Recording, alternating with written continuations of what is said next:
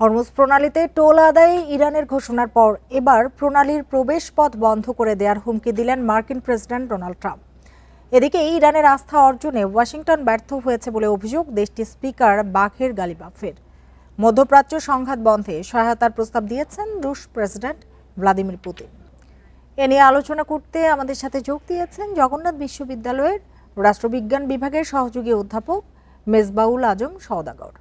জনাব মেজবাউল আজম সওদাগর, আপনাকে স্বাগত জানাচ্ছি ইন্ডিপেন্ডেন্ট টেলিভিশনে। যেটি শুরুতেই জানতে চাইবো আপনার কাছে যে ইরান যুক্তরাষ্ট্র চুক্তি হলো না, তারা কি আসলে বিশ্ববাসীর উদ্বেগ টের পায় না?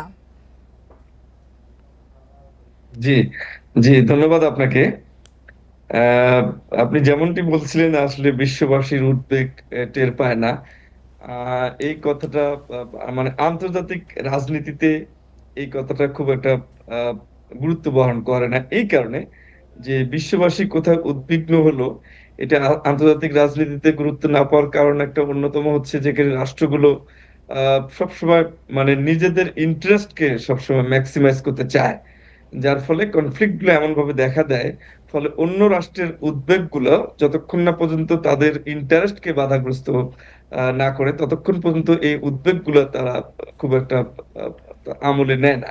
এটি হচ্ছে আহ, আন্তর্জাতিক রাজনীতির একটি, মানে আপনি বলতে পারেন যে নিষ্ঠুর একটি বাস্তবতা। তো সেই প্রেক্ষাপটে আমরা এখন ইরান যুদ্ধের যে পরিস্থিতিটা যেখানে আমরা দেখছি, যে এখানে একটা স্ট্র্যাটেজিক, আন্তর্জাতিক রাজনীতির ভাষা অনুযায়ী একটা স্ট্র্যাটেজিক ডেডলক তৈরি হয়েছে।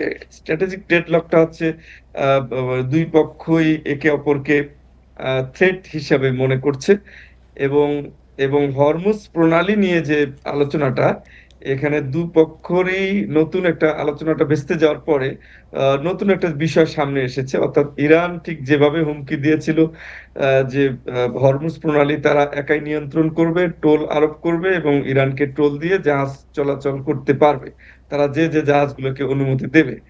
এখন ঠিক বিপরীতমুখী একটা হুমকি আহ, আলোচনা টেবিলে যখন আলোচনা ভেস্তে গেল, তখন ডোনাল্ড ট্রাম্পের পক্ষ থেকে একই ধরনের একটা হুমকি এসেছে। তিনি সেখানে বলছেন যে টোল দিয়ে যে জাহাজগুলো পারাপার করবে সেগুলোর উপর তিনি আবার বিভিন্ন ধরনের রেস্ট্রিকশন আরোপ করবেন। যার ফলে দুপক্ষ থেকেই ঠিক একই ধরনের একটা হুমকি এখানে চলে আসলো। হ্যাঁ, তার মানে কি যে হরমুজ কোনো সময় প্রণালীতে। আবারও শুরু হতে পারে হামলা, পাল্টা হামলা? জি, এখানে দুই ধরনের পসিবিলিটি রয়েছে। একটা হচ্ছে এই প্রেক্ষাপটে আহ, আবার পাল্টা হামলা এবং হামলা শুরু হতে পারে, এটা হচ্ছে একটা দিক। আরেকটা দিক হচ্ছে এই ধরনের সিচুয়েশন যখন স্ট্র্যাটেজিক ডেডলক তৈরি হয় এবং একে অপরকে কন্টিনিউয়াস থ্রেট হিসেবে মনে করে, একই ধরনের থ্রেট হিসেবে যখন মনে করে, তখন আবার একটা নেগোসিয়েশন যেটা ভেস্তে যাচ্ছে, সেটা আবার পুনরুজ্জীবিত হওয়ার একটা সম্ভাবনা তৈরি হয়। তৈরি হওয়ার কারণ হচ্ছে এখানে আহ, একটা এক্সটার্নাল প্রেসার রয়েছে মার্কিন যুক্তরাষ্ট্রের উপরে, ইরানের উপরে, বিভিন্ন দিক থেকে, ইউরোপীয় ইউনিয়ন থেকে। এটা এক নম্বর। দুই নম্বর হচ্ছে দুই পক্ষের জন্য এই যুদ্ধটা খুব মারাত্মক ধরনের কস্টলি ওয়ার হিসাবে অ্যাপিয়ার করেছে।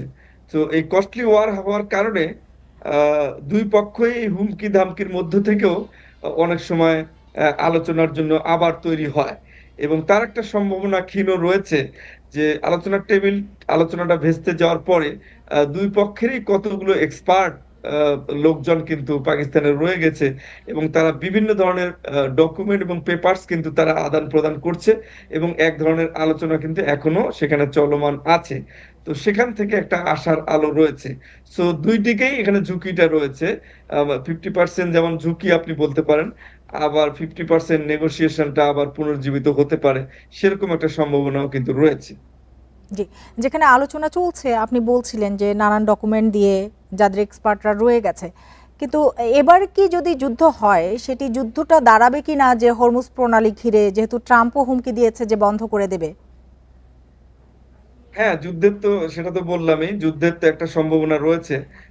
কারণ এখন যুদ্ধের লক্ষ্যটা উভয় পক্ষেরই মানে হরমুজ প্রণালী কেন্দ্রিক এখন হয়ে গেল, যেটা মনে হচ্ছে। এক পক্ষ বলছে যে বা আমি এখানে যে জাহাজ চলাচল করবে আমার অনুমতিতে করবে এবং আমার আমার কাছে টোল দিয়ে চলাচল করতে হবে।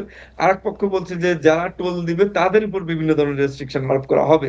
তো প্রেক্ষাপটে যুদ্ধটা আবার নতুন ভাবে ব্যাপক ভিত্তিক শুরু হওয়ার তো সম্ভাবনা রয়েছেই। আর পাশাপাশি আমি বললাম যে স্ট্র্যাটেজিক ডেডলক যেটাকে বলা হয়, যেটা তৈরি হয়েছে, সেটার প্রেক্ষিতে আবার নেগোসিয়েশন আবার পুনর্জীবিত হতে পারে এমন সম্ভাবনাকে উড়ায় দেওয়া যাচ্ছে না, যেহেতু ওয়ারটা অনেক কস্টলি হয়ে গেছে উভয় পক্ষের জন্য। এবং যেহেতু এখানে উভয় পক্ষের উপরেই একটা এক্সটার্নাল প্রেশার রয়েছে, এবং নতুন করে আপনি রাশিয়ার প্রেসিডেন্টের আজকে একটা বক্তব্য আমরা শুনলাম, তিনি ফোন আলাপে বলছেন যে তিনি এই কূটনৈতিক আলোচনাকে এগিয়ে নিতে তিনি গুরুত্বপূর্ণ তিনি অবদান রাখতে তিনি আগ্রহী। আর পাকিস্তানও আবার চেষ্টা চালিয়ে যাবে। ইউরোপীয় ইউনিয়ন থেকে এ ধরনের বক্তব্য বিবৃতি আসছে। তো সবকিছু মিলেই একটা আশার আলো রয়েছে এই জায়গায়। জি। হ্যাঁ, আপনি জানেন যে পররাষ্ট্র প্রতিমন্ত্রী আজকে বাংলাদেশের পররাষ্ট্র প্রতিমন্ত্রী বলেছেন যে হরমুজ প্রণালী দিয়ে বাংলাদেশের সব জাহাজ ছেড়ে দেওয়ার আশ্বাস দিয়েছে ইরান। এখন হরমুজ প্রণালী দিয়ে যদি বাংলাদেশের জাহাজ আসতেও দেয় তাহলে কি ইরানকে টোল দিতে হবে? দেখুন, টোলের ব্যাপারটা আপনি জানেন যে ঠিক বেশ কয়েকদিন থেকে ইরানের পার্লামেন্টে একটা আইন পাশ নিয়ে সেখানে কিন্তু আলোচনা হচ্ছে। অর্থাৎ আইনটা বলতে এরকম যে হরমুজ প্রণালী তারা এখন পূর্ণাঙ্গ রূপে নিয়ন্ত্রণ করবে এবং সেখানে জাহাজ চলাচল বিষয়ে সুস্পষ্ট বিধিমালা পার্লামেন্ট থেকে তৈরি করার একটা উদ্যোগ নেওয়া হয়েছে। সেই বিধিমালাটা যখন তারা চূড়ান্ত করবে, সেই চূড়ান্তকরণের ওই বিধিমালার মধ্যেই আসলে থাকার সম্ভাবনা যে কোন দেশের জাহাজকে তারা টোল দিয়ে পার করতে দিবে, কোন দেশের জাহাজকে জি, দেবে না। জি, বুঝতে এই পেরেছি। বিষয়গুলো জনাব মেজবাউল আজম সওদাগর, আমাদের হাতে একেবারেই সময় নেই। আপনাকে অনেক ধন্যবাদ আমাদের সাথে যোগ দেবার জন্য।